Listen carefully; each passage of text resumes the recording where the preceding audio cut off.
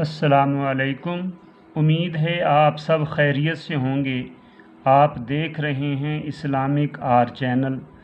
اگر آپ نے ابھی تک ہمارا چینل سبسکرائب نہیں کیا تو جلدی سے کر لیں۔ محترم سامعین، آج کا ہمارا موضوع ہے نماز کے 100 اہم مسائل، جن کو مختصر اور آسان طریقے سے ذکر کیا جائے گا تاکہ ہر خاص و عام اپنی نمازیں اس کے مطابق ادا کر کے بارگاہ الہی میں قبولیت حاصل کر سکے۔ فرائض نماز جو ہیں ان کی تعداد 13 ہے، 7 باہر کے اور 6 اندر کے۔ 7 باہر کے جو فرائض ہیں ان کو شرائط بھی کہتے ہیں، اور 6 اندر کے ان کو ارکان بھی کہتے ہیں۔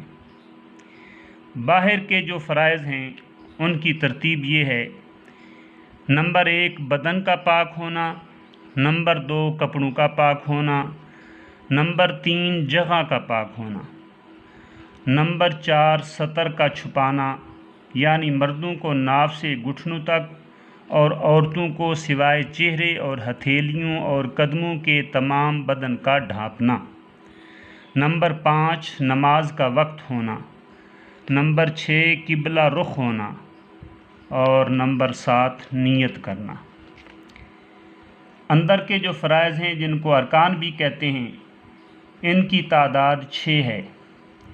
نمبر 1 تکبیر تحریمہ کہنا، نمبر 2 قیام کرنا، نمبر 3 قرات کرنا، نمبر 4 رکوع کرنا، نمبر 5 دونوں سجدے کرنا، اور نمبر 6 قعدہ اخیرہ میں تشہد کی مقدار بیٹھنا۔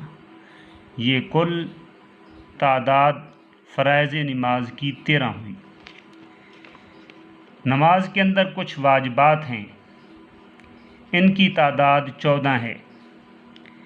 4 قیام کے متعلق، 2 قومہ و جلسہ کے متعلق، 2 تشہد کے متعلق، 2 تعدیل ارکان و ترتیب ارکان کے متعلق، 3 انفرادی۔ یہ کل 14 ہیں۔ قیام کے متعلق جو 4 ہیں ان کی تفصیل ہے: نمبر 1 فرض نمازوں کی پہلی 2 رکعتوں کو قرات کے لیے مقرر کرنا، نمبر 2 فرض نمازوں کی تیسری اور چوتھی رکعت کے علاوہ تمام نمازوں کی ہر رکعت میں سورہ فاتحہ کا پڑھنا، نمبر 3 فرض نمازوں کی تیسری اور چوتھی رکعت کے علاوہ تمام نمازوں کی ہر رکعت میں سورہ فاتحہ کے بعد کوئی سورت یا بڑی 1 آیت یا چھوٹی 3 آیتیں پڑھنا، اور نمبر 4 سورہ فاتحہ کو سورت سے پہلے پڑھنا۔ قومہ کے متعلق 2 واجب ہیں۔ نمبر 1 قومہ کرنا، یعنی رکوع سے اٹھ کر سیدھا کھڑا ہونا، نمبر 2 جلسہ کرنا، یعنی دونوں سجدوں کے درمیان میں سیدھا بیٹھنا، اور 2 تشہد کے متعلق ہیں: قعدہ اولا، یعنی 3 اور 4 رکعت والی نماز میں 2 رکعتوں کے بعد تشہد کی مقدار بیٹھنا، نمبر 2 دونوں قعدوں میں تشہد پڑھنا۔ تعدیل ارکان اور ترتیب ارکان کے متعلق 2 ہیں۔ نمبر 1 تعدیل ارکان، یعنی رکوع اور سجدہ وغیرہ کو اطمینان سے اچھی طرح ادا کرنا، اور نمبر 2 ترتیب، یعنی قرات اور رکوع میں سجدوں اور رکعتوں میں ترتیب قائم کرنا۔ انفرادی جو ہیں ان کی تعداد 3 ہے۔ نمبر 1 نماز وتر میں قنوت کے لیے تکبیر کہنا اور دعائے قنوت پڑھنا، نمبر 2 دونوں عیدوں کی نمازوں میں 6 تکبیریں زائد کہنا، اور نمبر 3 لفظ سلام کے ساتھ نماز سے علیحدہ ہونا۔ یہ کل واجبات نماز 14 ہیں۔ اور نماز کی سنتیں جو ہیں ان کی تعداد 21 ہیں۔ 4 تکبیر کے متعلق، 8 قیام کے متعلق، 4 رکوع اور سجدوں کے متعلق، 5 قعدہ کے متعلق۔ تکبیر کے متعلق جو 4 ہیں ان کی تفصیل یہ ہے: نمبر 1، تکبیر تحریمہ کہنے سے پہلے دونوں ہاتھ کانوں تک اٹھانا۔ نمبر 2، دونوں ہاتھوں کی انگلیاں اپنے حال پر کھلی اور قبلہ رخ رکھنا۔ نمبر 3، تکبیر کہتے وقت سر کو نہ جھکانا۔ اور نمبر 4، امام کا تکبیر تحریمہ اور ایک رکن سے دوسرے رکن میں جانے کی تمام تکبیریں بقدر بلند آواز سے کہنا۔ قیام کے متعلق 8 ہیں۔ 8، نمبر 1، دائیں ہاتھ کو بائیں ہاتھ پر ناف کے نیچے باندھنا۔ نمبر 2، ثنا پڑھنا۔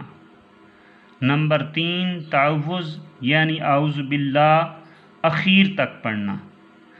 نمبر 4، بسم اللہ الرحمن الرحیم پڑھنا۔ نمبر 5، فرض کی تیسری اور چوتھی رکعت میں سورہ فاتحہ پڑھنا۔ نمبر 6، آمین کہنا۔ نمبر 7، ثنا، تعوذ، بسم اللہ، آمین سب کو آہستہ پڑھنا۔ اور نمبر 8، سنت کے موافق قرات کرنا، یعنی جس نماز میں جس قدر قرآن پڑھنا سنت ہے اس کے موافق پڑھنا۔ رکوع اور سجدوں کے متعلق 4 سنتے ہیں۔ نمبر 1، رکوع اور سجدہ میں کم از کم 3 بار تسبیحات پڑھنا۔ نمبر 2، رکوع میں سر اور پیٹھ کو ایک سیدھ میں رکھنا اور دونوں ہاتھوں کی کھلی انگلیوں سے گھٹنوں کو پکڑ لینا۔ نمبر 3، قوما میں امام کو سمیع اللہ لمن حمیدہ اور مقتدی کو ربنا لک الحمد کہنا اور منفرد کو دونوں کہنا۔ اور نمبر 4، سجدے میں جاتے وقت پہلے دونوں گھٹنے، پھر دونوں ہاتھ، پھر پیشانی رکھنا۔ اور قعدہ کے متعلق 5 سنتے ہیں۔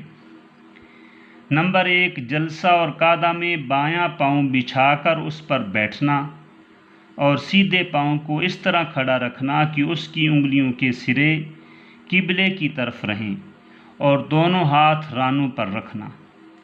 نمبر 2، تشہد میں اشہد ان لا الہ الا اللہ کلمہ پر شہادت کی انگلی سے اشارہ کرنا۔ نمبر 3، قعدہ اخیرہ میں تشہد کے بعد درود شریف پڑھنا۔ نمبر 4، درود کے بعد دعا پڑھنا۔ اور نمبر 5، دائیں طرف پہلے،